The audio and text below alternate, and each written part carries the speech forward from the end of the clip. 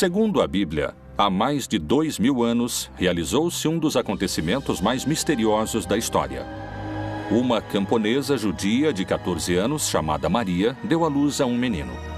A mulher era virgem e seu filho, Jesus, seria reconhecido como o salvador de seu povo. Há poucas provas da vida extraordinária dessa mulher, muitas perguntas e mistérios assombrosos. Como e por que há tão pouca informação e, no entanto, se fala tanto dela ao ponto de ser um dos pilares da Igreja Católica? Que enigmas se escondem na Bíblia sobre a Virgem Maria?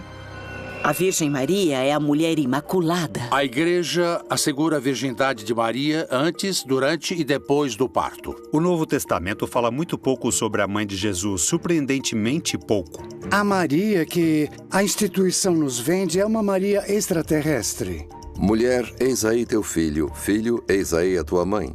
Maria é também a mãe de toda a humanidade. Nós vamos visitar a vida da Virgem Maria através de um achado arqueológico recente que apresenta um enigma inquietante. Trata-se de um segredo que esteve oculto durante mais de 1500 anos e poderia mudar a ideia que milhões de fiéis têm sobre a Virgem. Por que a Bíblia não descreve nada sobre a passagem da Sagrada Família pelo Egito? O que aconteceu naquelas terras?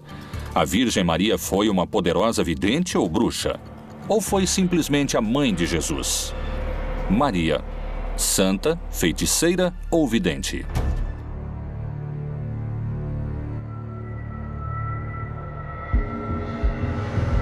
Recentemente, um manuscrito de mais de 1500 anos foi interpretado, escrito em língua copta, um idioma usado pela cristandade no Antigo Egito.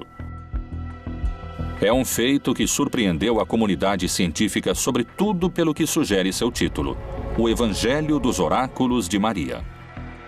Através do Novo Texto, encontramos evidências de que Maria estava associada com práticas oraculares. Comunidades originárias ligadas justamente a práticas de cura, pois retomaram a figura de Maria e fizeram justamente esse escrito. A partir disso, a pergunta que surge é se Maria, em seu ministério, em sua vida, usou de práticas curativas. A Igreja Católica vem administrando de diferentes maneiras, ao longo de sua história, a aparição de figuras que dizem possuir poderes mágicos.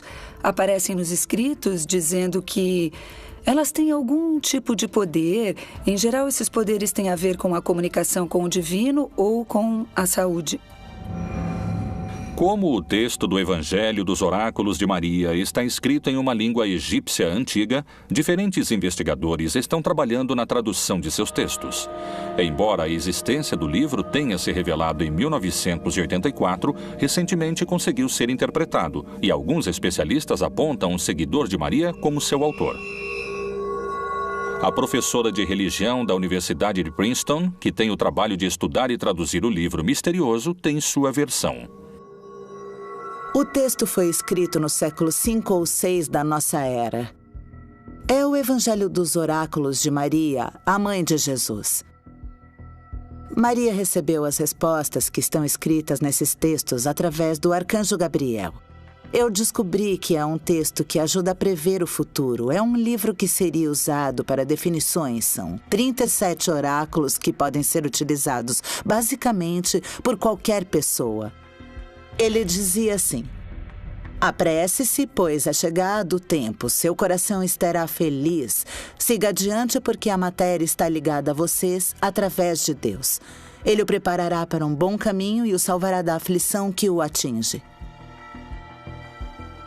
Se esses oráculos encontrados estão baseados no que transmitia a Virgem Maria, ela poderia ter tido poderes de vidente?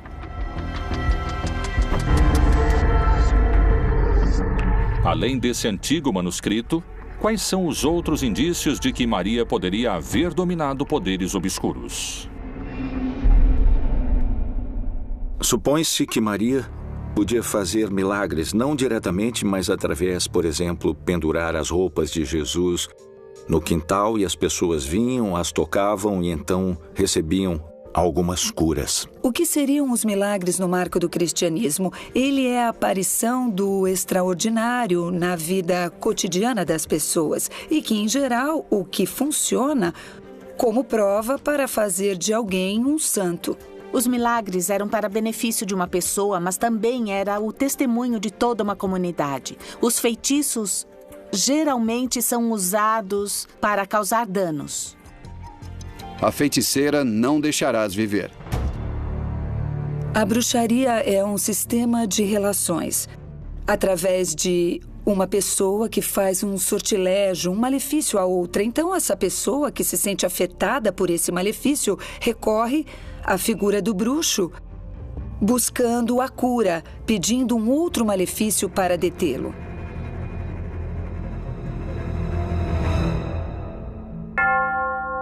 Desde mais de 2000 anos, centenas de milagres são atribuídos à Virgem Maria em todo o mundo. Esses poderes podem ter relação com os de uma feiticeira? Talvez a resposta se encontre entre as virgens e bruxas mais famosas da história.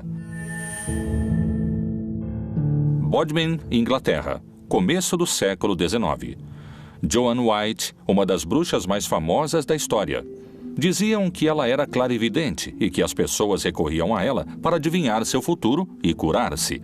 Ela visitava um poço santo, pendurava os curativos de uma pessoa enferma nos galhos de uma árvore e assim ajudava em sua cura.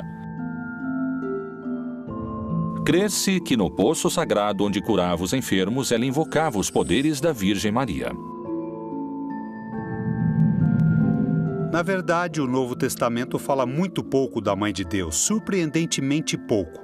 E às vezes, não de uma maneira, digamos, positiva, como a piedade cristã imagina, ou até como a piedade cristã crê. Por quais motivos a Bíblia fala tão pouco sobre a vida da Virgem? Será que Maria teria levado uma vida fora dos parâmetros da doutrina da Igreja? Qual é a relação e quais mistérios revelam os achados dos oráculos de Maria? As pessoas que escreveram este oráculo consideravam Maria uma médium. Eu acredito que esse texto funcionava como uma pessoa que consulta a Bíblia hoje em dia. Ela a abre e a passagem que lê está dirigida à sua vida. Em certo sentido, esses oráculos eram como os psiquiatras do mundo antigo.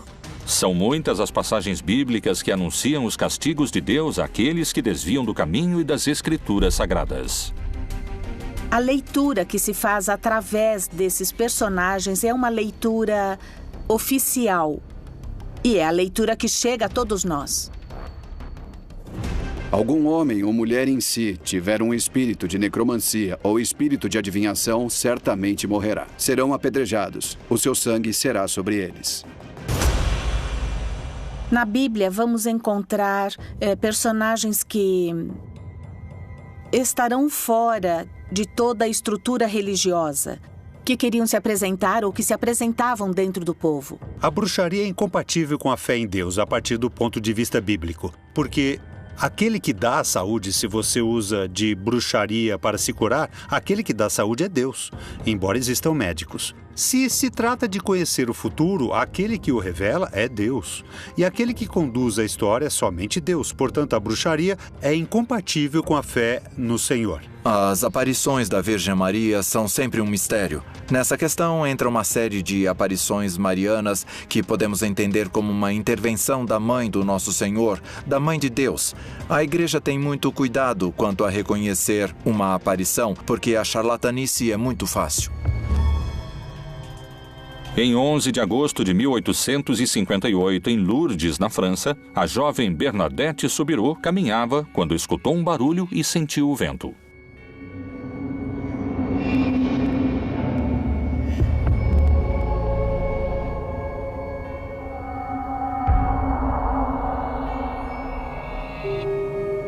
Era a Virgem. Assim foi registrado e autenticado pela Igreja.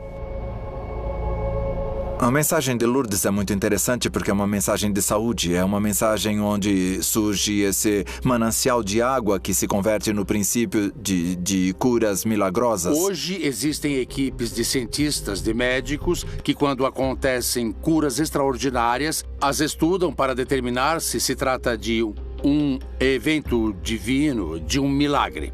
Hoje ela poderia ser uma espiritualista, uma cartomante ou qualquer prática dessas. Não existem diferenças entre o milagre e a feitiçaria. O que importa é a mágica. Atualmente, a figura da Virgem transcende a de qualquer figura bíblica, especialmente em alguns países da América Latina, como o México, onde o Dia da Virgem é mais importante do que o próprio Natal. A Virgem de Guadalupe é talvez a aparição que esconde os maiores enigmas. Que poderes secretos existem por trás da Virgem Maria? A primeira aparição foi em um sábado, 9 de dezembro de 1531, quando São Juan Diego colocou diante do Frei Juan de Zumárraga as rosas que levava em sua tilma. Ele deixa caírem as rosas que havia colhido no Monte Tepeyac e, bem, eis que se formou a imagem da Santa Maria de Guadalupe. Esta Virgem está cercada de mistérios que a ciência não pode explicar. Para muitos está ligada ao milagre, para outros à bruxaria. Será que a magia, a bruxaria e os milagres são eventos que respondem à mesma essência? Ao longo dos séculos foram feitas várias investigações em torno da imagem de Guadalupe. As primeiras que chamaram a atenção foi quando, em 1938, tiraram uma fotografia dos olhos e neles se encontrava como que o perfil de uma pessoa. Trabalhando em uma importante empresa de processamento digital de imagens, o engenheiro José Asti Tosman realizou a digitalização de uma fotografia do rosto da Virgem de Guadalupe, tirada diretamente da tilma original. Ela revelaria o que é uma das descobertas mais incríveis. Em 1979, logo no início, me ocorreu utilizar o que eu estava empregando em meu trabalho. Eu estudava a imagem de Nossa Senhora. O processo que eu utilizei foi trabalhar com fotografias, digitalizá-las, ampliações, melhorias com filtros matemáticos e lá no centro na pupila, estava a família. Eu creio que essa foi a mensagem que Nossa Senhora nos deixou. A Virgem de Guadalupe é adorada por milhões de fiéis ao redor do mundo que asseguram terem sido testemunhas de inúmeros milagres. Grandes multidões se reúnem todos os anos para pedirem e agradecerem. As curas que ali acontecem mantêm a esperança dos que se aproximam e dão à Virgem e aos seus poderes milagrosos um papel de protagonista na fé, até mesmo maior do que o de seu filho Jesus. Eu vim agradecer o aparecimento da minha sobrinha, que estava perdida e, graças a Deus, voltou. Nós a encontramos, então eu vim cumprir a promessa. Para mim, ela é tudo, com certeza. É como a mãe que a vida nos deu. Ela é algo muito importante. Meu problema é que há muitos anos eu não consegui engravidar. Então, eu pedi à Virgem que me desse esse milagre de engravidar. Essa é a minha filha. No dia 17 fará um mês e eu vim agradecer à Virgem por eu ser mãe. Para mim, ela é como a minha segunda mãe. Para mim é algo, não sei, algo muito especial a Virgem de Guadalupe. A Virgem de Guadalupe não foi a única aparição. Existem 28 visões da Virgem aprovadas pela Igreja Católica.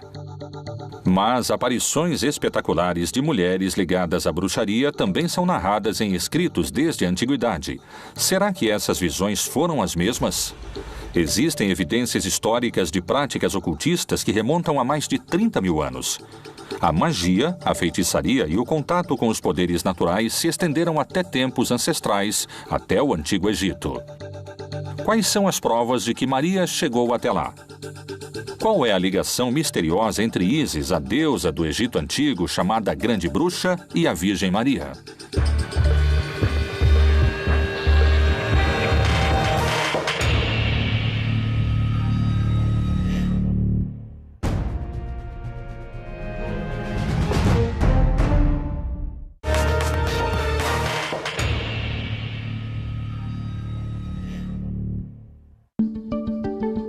A descoberta de um manuscrito de mais de 1.500 anos de idade intitulado O Evangelho dos Oráculos de Maria surpreendeu a comunidade arqueológica e despertou uma hipótese inquietante. Será que Maria teria sido uma vidente? Existem antecedentes dessas práticas no Egito? Especialistas afirmam que esse texto misterioso foi usado lá. Já na Idade Média, se tentava identificar a Maria e até mesmo a Jesus como personagens que aprenderam com a sabedoria dos egípcios, especialmente dos magos, e que foram destas artes secretas que eles obtinham as fórmulas ou o poder para realizar os milagres. Será que a Virgem Maria teria chegado até essa região do Alto Egito? Ela aprendeu no Egito técnicas para dominar poderes misteriosos? Maria estava no lugar onde o manuscrito foi achado? Para revelar esses mistérios, é necessário seguir os passos da Sagrada Família até a terra dos faraós. Então Herodes, vendo que havia sido iludido pelos magos, irritou-se muito e mandou matar todos os meninos que havia em Belém. O contexto é que Herodes, um idumeu, aliado a Roma, fica sabendo da visita de uns magos que vinham do Oriente e que havia nascido um rei. Ele pensa que é um rei terreno que vai tirá-lo de seu lugar. E então ele decide matar os meninos de uma aldeia que fica ao sul da Judéia e que se chama Belém. E tendo ele se retirado, eis que o anjo do Senhor apareceu a José num sonho, dizendo: Levanta-te, toma o menino e sua mãe, e foge para o Egito, e demora-te lá até que eu te diga, porque Herodes há de procurar o menino para o matar. Quando nós lemos as Escrituras Sagradas, com certeza ela nos diz que, para salvar o menino de Herodes, que pretendia matá-lo, a Sagrada Família foi para o Egito. No Egito, a feitiçaria ou as práticas mágicas ligadas aos sacerdotes, aos sábios, fazem parte da cultura milenar. Muitas das práticas culturais e religiosas foram absorvidas também por Israel. Mesmo sem termos conhecimento do local onde foi encontrado o Evangelho dos Oráculos de Maria, os textos similares dão indícios de uma possível origem onde práticas religiosas e rituais pagãos eram realizados. Não sabemos exatamente onde esse texto foi encontrado. O que sabemos é que foi doado à Universidade de Harvard, mas as pessoas que o doaram não disseram onde o encontraram. Existe um lugar no Egito onde tem o altar de um santo, São Colutos, que fica localizada na cidade de Ansena. Lá foi encontrada uma página de um texto similar. Assim, nós soubemos que as mesmas pessoas que praticavam essas mesmas consultas usando os altares dos santos no Egito. Numerosas evidências encontradas, desde talismãs, amuletos, hieróglifos e manuscritos, indicam que os egípcios buscavam contato com seres de dimensões espirituais e pretendiam dominar os poderes sobrenaturais. Como isso pode ter influenciado Maria? Todas essas sociedades que nós viríamos a chamar de Oriente Médio, com processos de expansão desses reinos que se transformaram em impérios e suas políticas de dividir as comunidades e realizar deportações, foram se formando comunidades desses grupos que começaram a ser, digamos, excluídos desse lugar geográfico onde habitavam e começaram a viver em outras zonas. Analisar sociedades antigas com os parâmetros de hoje às vezes pode ser um pouco complicado porque temos que nos situar no contexto. Nesse momento estamos situados nos primeiros séculos, do 1º ao 3º século da era cristã, onde o termo que se utilizava mais comumente era o termo mago, maga, que vinha do egípcio mag, que significa sacerdote. Então, são as pessoas ligadas a essas práticas sacerdotais e curativas na época que hoje as tipificamos como práticas de feitiçaria. Assim, Maria e sua família passaram de serem adorados por reis do Oriente a serem fugitivos perseguidos pela lei. Segundo o Evangelho extracanônico, a Sagrada Família partiu de Belém até Gaza, onde atualmente é o Parque de Zaranik, situado a 40 quilômetros a oeste de Al-Arish.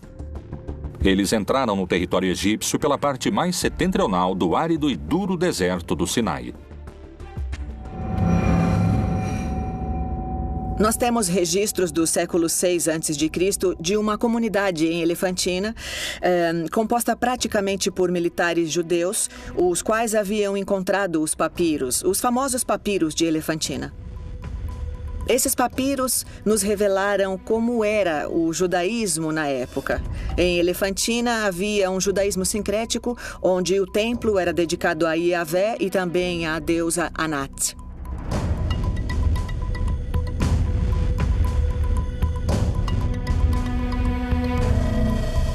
Alguns especialistas acreditam que esse período, onde Maria desaparece das páginas da Bíblia, extrai a chave para revelar o enigma sobre seu suposto trabalho como adivinha. Foram feitos... Bom, nós já reconhecemos que foram feitos templos no Egito à Sagrada Família. Foram encontrados grandes santuários dedicados à Sagrada Família, especialmente à Virgem Maria. Por que Maria parece ter causado mais impacto no Egito do que o próprio Jesus? Foi por seus milagres ou feitiços, como os chamam os céticos? Nos evangélicos, que não foram incorporados à Bíblia e nas tradições coptas, são descritos vários milagres de Maria no Antigo Egito.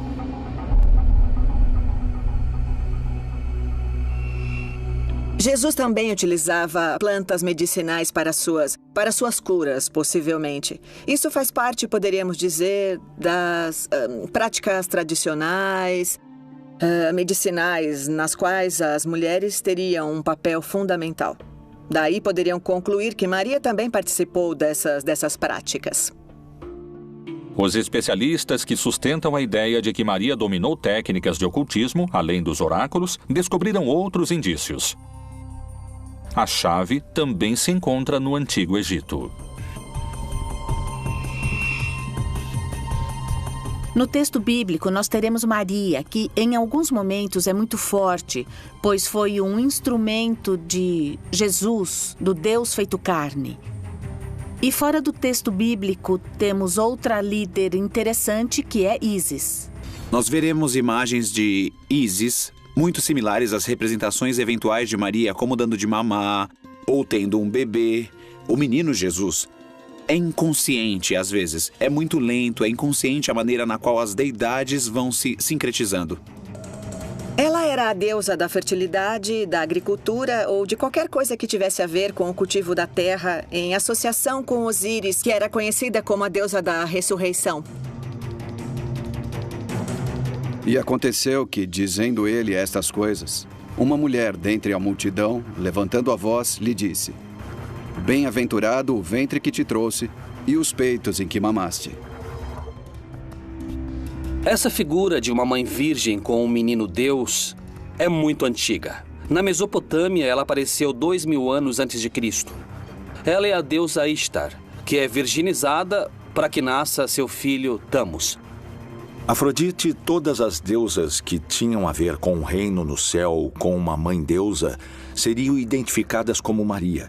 Mas a partir do século IV em diante, já seria muito difícil separar as ideias genuinamente cristãs desta mistura com personagens do mundo pagão. E no inconsciente coletivo ou na memória dos povos, sempre irão conectar as mulheres com a possibilidade de dar vida. Ou seja, porque tem um bebê em seu ventre, dão vida, mas também isso vai conectá-las ao momento da ressurreição. Depois de vários séculos de transição, desde a adoração a Ísis ao culto a Maria e ao cristianismo, a veneração à deusa egípcia desapareceu.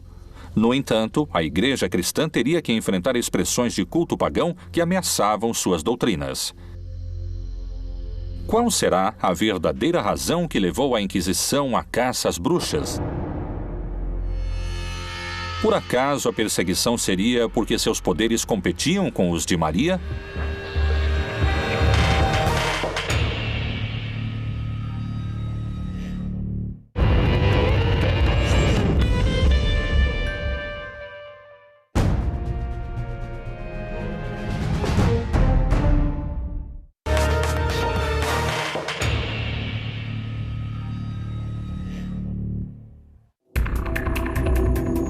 A chegada do cristianismo a Roma mudou a história de todo o mundo. A igreja recém-nascida se encontrou com as crenças chamadas pagãs e foi produzido um choque sem precedentes. Segundo alguns estudiosos, a figura da Virgem Maria também haveria sofrido mudanças para adaptá-la às crenças pré-existentes. O que foi escondido sobre a verdadeira Virgem Maria? Posteriormente, o Império condenou como bruxarias as mesmas atividades que transformaram Maria na mulher mais venerada pelo novo cristianismo romano. A personagem de Maria, por muito tempo, foi considerada perigosa. Para algumas linhas da igreja, Maria tinha que ser uma personagem, deveria ser levada em conta e também tinha que ser adorada. Mas existem algumas linhas que vão dizer, não, ela não tem que ser adorada, simplesmente tem que ser reconhecida como uma mulher importante para o nascimento de Jesus. As primeiras condenações de bruxos e bruxas aconteceram no século XIII, com o surgimento da Inquisição, cuja atividade principal não era contra a bruxaria, mas sim contra a heresia. A feitiçaria sempre havia sido considerada como um perigo de ordem política, e não tanto como uma questão religiosa. E era sempre individual, não havia um complô. Nós vamos encontrar a ideia da reunião, no Saba. Uma ideia de complô contra o cristianismo muda completamente a dimensão de que se tem da feitiçaria. É a primeira heresia institucionalizada contra Deus e a favor do diabo. O Papa Inocêncio VIII encomendou a 2 frades dominicanos um documento que é um guia. É a verdadeira autoridade que identifica, condena e extermina as pessoas consideradas bruxas ou hereges. A Inquisição foi utilizada para ir contra todos e todas, e não havia poder humano ou divino que a detivesse. E todo aquele que fosse relacionado com alguns atos que eles consideravam fora da religião, eram imediatamente condenados. Então eles iam contra essas mulheres até levá-las à fogueira. Qual era o motivo que levava essas bruxas a serem perseguidas pela igreja? Será que as feiticeiras haviam tomado Maria como inspiração? Quando se vinculava a Maria durante o tempo da Inquisição, se vinculava a mulheres que seriam chamadas de bruxas. Mas eram essas mulheres que se atreviam a ler além do que a igreja permitia. Então, é claro, a igreja começou a dizer que elas eram bruxas. Se atreviam a ter outro tipo de conhecimento que não era conveniente. A devoção à Virgem Maria na época da Inquisição era um sinal do mal. Realmente, os inquisidores reformaram uma estátua da Virgem Maria, introduzindo elementos perfurantes para colocar a vítima em seu interior e que era perfurada no momento em que a estátua era fechada. Assim, qualquer tipo de culto relacionado ao paganismo e às forças ocultas começou a ser perseguido e castigado. Por volta de 1450, começou na Europa uma caça às bruxas, comandada principalmente pela Igreja Católica. Ela aconteceu até 1750, condenou e sentenciou por volta de 100 mil pessoas, das quais a imensa maioria eram mulheres. A caça às bruxas é um acontecimento histórico que, na realidade, é uma verdadeira histeria coletiva. Todos aqueles que estão fora do meu marco teológico são bruxos ou são bruxas, ou são adivinhos ou são adivinhas, mas eles poderiam pensar que eram simplesmente outras maneiras de ver uma questão espiritual. As bruxas são mulheres transgressoras que interrompem e transgridem o que, aos olhos dos perseguidores ou dos homens, eram consideradas que fugiam às regras. Que práticas diferenciavam as bruxas das mulheres? Seus poderes supunham um perigo para a Igreja Católica? Muitas das que eram acusadas de bruxas eram parteiras. Algumas até foram mais aceitas, por um lado, da igreja, mas, por outro lado, a medicina moderna começava a se apropriar desses espaços e a desapropriar essas mulheres. Uma das questões simbólicas que eram vistas e que, quando eram acusadas de bruxas, estavam contra a sociedade. Tinham rituais estranhos. As práticas que se davam nas reuniões, nos rituais, que são práticas sexuais infanticidas, orgiásticas, que tinham, digamos, como única finalidade legitimar essa união que tinha com Satanás. Mas o corpo não é para a fornicação, senão para o Senhor e o Senhor para o corpo. O Martelo das Bruxas é um documento, uma obra literária que é tomada como um guia e que concede toda a autoridade para identificar, condenar e exterminar aqueles que praticam a bruxaria.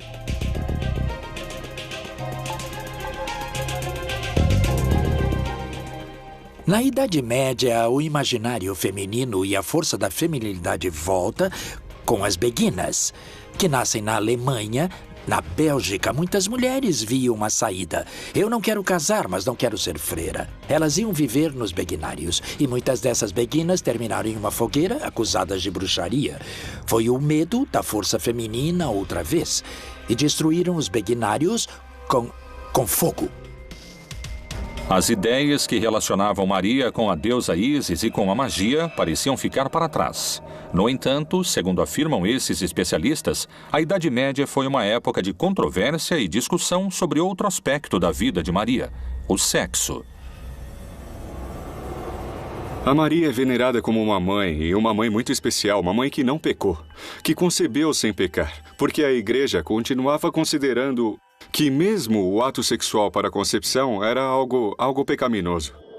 É daí que vieram, por exemplo, os lençóis com furos para que não vissem os corpos, a malícia, que significava a nudez da mulher, não a do homem. Parece que a maldade estava encarnada na mulher. As mudanças físicas próprias de uma mulher já são uma alteração no corpo. Então isso para eles era um efeito demoníaco, que a elas se atribuía o fato de terem esses poderes demoníacos. Por isso é que eram torturadas e queimadas. Tamar, tua nora adulterou, e eis que está grávida do adultério. Então disse Judá: tirai-a fora, para que seja queimada. Eu creio que Maria é Maria e tem o lugar que tem porque não é uma mulher. É uma mãe, não é uma mulher. A Virgem Maria é o protótipo da mãe, é a mulher imaculada, ou seja, sem mancha. Nela não há pecado, porque também está associada à sua maternidade e à sua obediência. Maria é virgem, enquanto que a bruxa pratica sexo selvagem.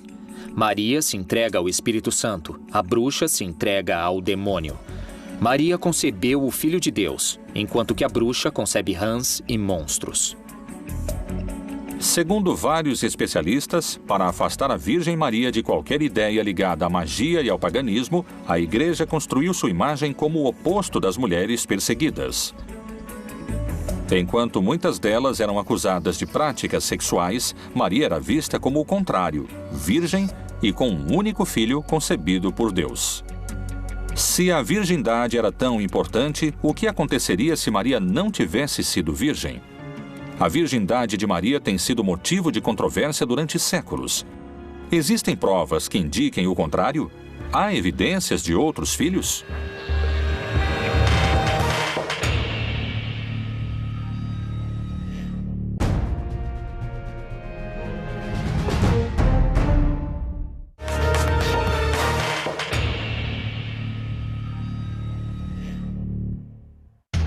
Os textos sagrados diferenciam a Virgem Maria do resto das mulheres.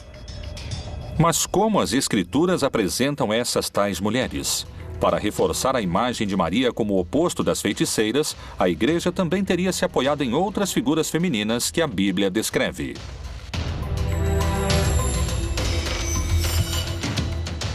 A Bíblia é extraordinariamente misógina. Com certeza, alguém que tem um pensamento aberto a respeito da mulher não pode aceitar o conteúdo da Bíblia nesse sentido. A Bíblia repudia a mulher desde Eva em diante. É até linguístico. Eva é o contrário de ave, que é sagrado. Essa visão da mulher foi se reproduzindo e crescendo e que já vinha de todas as mulheres más da Bíblia, que é uma visão tremendamente machista.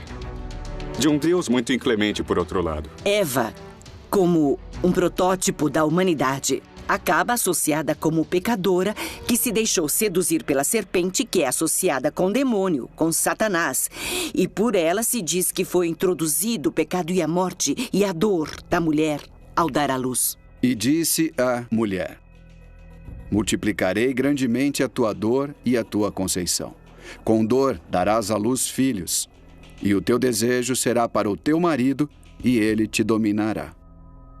Adão e Eva pecam. Adão e Eva se separam do plano original de Deus, enquanto que Maria é virgem, é fiel. Maria Madalena é uma mulher que aparece nos 4 evangelhos, nos momentos mais importantes da vida de Jesus.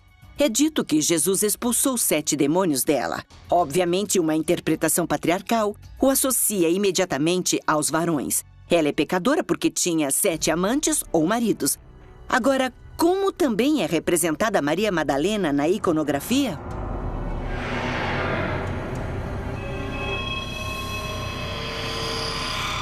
Livre. A virgindade de Maria ainda hoje é motivo de debate e controvérsia. O momento conhecido como a Anunciação da Virgem inspira esperança em milhares de milhões de católicos, mas também desperta discussões sobre essa questão central no dogma da Igreja. Se faz presente o arcanjo Gabriel, que começa um diálogo com Maria. Ele a chama e diz, bem-aventurada, e diz a ela que foi eleita para ser a mãe de Deus. O anjo espera uma resposta. Maria, surpresa, pergunta como isso poderia acontecer. E quando ela entende de alguma maneira o mistério que está por acontecer, ela diz estar de acordo, acredita no que foi dito, e quando o anjo se retira da sua presença, Maria está grávida. Essa não é uma negação do valor do sexo, pelo contrário, é a consagração da condição sexual feminina de Maria, o fato de ser mãe. É virgem e mãe. Certamente para Deus tudo é possível. É muito difícil para nós entender como isso poderia acontecer. Mas, com certeza, ela era virgem antes do parto, no parto e depois do parto. Esse é o dogma, é nisso que cremos. O mesmo Senhor vos dará um sinal. Eis que a virgem conceberá e dará à luz um filho. Em grego, o evangelho nunca disse que era virgem. A chamam de kore, que quer dizer começou a menstruar donzela. A donzela era uma adolescente, não necessariamente uma virgem, muito menos nessa época, onde aos 12, 13, 14 anos no máximo, já estavam vivendo a metade de suas vidas. Por que hoje em dia ainda é tão importante a imagem de uma mãe virgem? Sempre vão pensar que a mulher tem que ser absolutamente pura e santa e divina. E falar que a própria mãe de Jesus não tivera mais filhos e que se conservou virgem, mesmo depois do nascimento de Jesus, foi um grande tema e também uma grande discussão teológica. Jesus foi se transformando nos arquétipos religiosos da época. E para isso é preciso fazer de Maria mamãe, seguindo os arquétipos religiosos da época. Ou seja, na época, para dizer que alguém teve uma inspiração divina, tinha que dizer que era um filho ou uma filha da divindade com alguém humano. E por que uma virgem? Não pela pureza. Isso seria inventado 5, 6 séculos depois de Cristo. E sim pela autonomia da mulher. Um Deus não pode nascer de uma subjugada. Um Deus não pode nascer de uma submetida. Um Deus tem que nascer de uma virgem independente. A questão da virgindade de Maria se relaciona com outro mistério que também é motivo de discussão há vários séculos. Maria teve outros filhos além de Jesus? Há outras linhagens ocultas pela Igreja? Vamos observar que nos evangelhos se fala de outros irmãos de Jesus e que certamente Maria teve outros filhos. A Igreja trata de ignorar isso por um princípio de dogma. Esse dogma sempre trata Maria como virgem, pretendendo elevar um pouco a condição de Maria a uma situação de destaque, quase que espiritual. E ele, ainda falando para a multidão, eis que estavam fora sua mãe e seus irmãos, pretendendo falar. Essas expressões deram brecha para que alguns digam que Maria tenha tido mais filhos. Nós temos que ver que o texto bíblico, quando quer falar de filhos, diz filho de, ou nascido de, ou gerado por. E a expressão filho de Maria não aparece nunca no texto sagrado. As interpretações sobre a virgindade de Maria, seus poderes e seus outros filhos são diversas e seguem sendo motivo de discussão atualmente. O que ninguém põe em dúvida, nem historiadores e nem teólogos, é que Maria foi a mãe de Jesus. Porque só um dos evangelhos a menciona aos pés da cruz no dia da crucificação de seu filho? Que dados a Igreja e a Bíblia escondem sobre a relação entre Maria e Jesus? Maria foi uma militante do projeto do Reino de Deus ou foi sua pior detratora?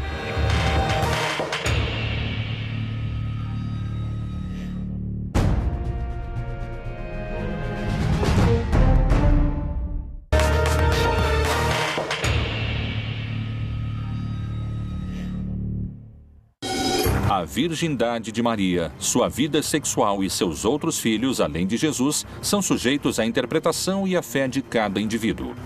A Bíblia conta muito pouco sobre esse tema, como é pouca também as informações que se encontram nos textos sagrados sobre sua relação com Jesus.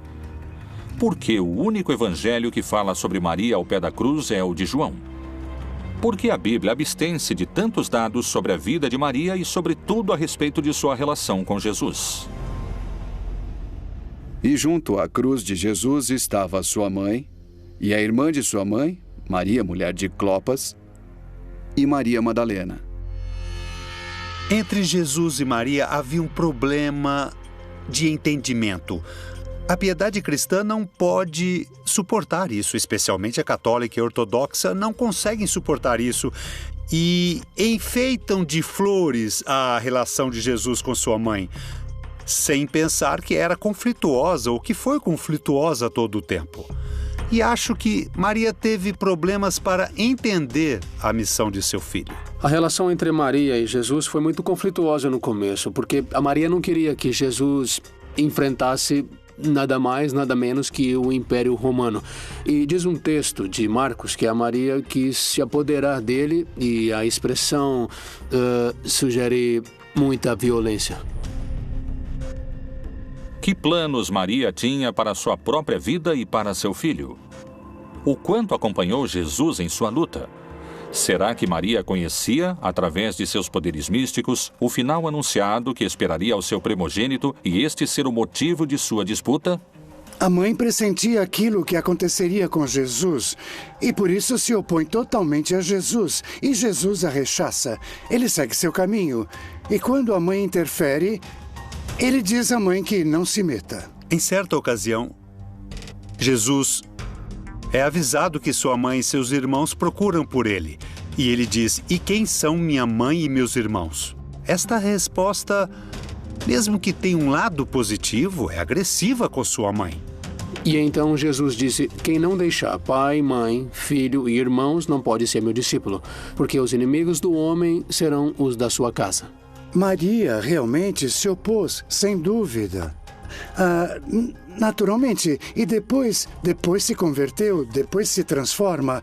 Essa é a Maria que realmente pode servir realmente a um crente hoje que crê em um projeto de libertação. E foi-lhe dito, estão lá fora tua mãe e teus irmãos que querem ver-te. Mas respondendo ele, disse-lhes, minha mãe e meus irmãos são aqueles que ouvem a palavra de Deus e a executam. Maria se transforma naturalmente em um símbolo instigante. O problema é se esse símbolo que nos foi apresentado corresponde à realidade histórica ou então a distorce. O mistério da vida de Maria inquieta estudiosos e fiéis há mais de 2000 anos. Para alguns, ela foi uma jovem e simples mulher judia que deu à luz ao Messias. Outros sustentam que sua imagem é uma construção feita pela Igreja, que teve mais filhos, que foi uma vidente e que viveu sua vida sexual com liberdade. O misterioso manuscrito do Evangelho dos Oráculos de Maria, a relação com seu filho Jesus e as poucas páginas que a Bíblia dedica a uma mulher tão influente para a religião seguirão sendo um mistério que permanecerá, talvez, pelos séculos dos séculos.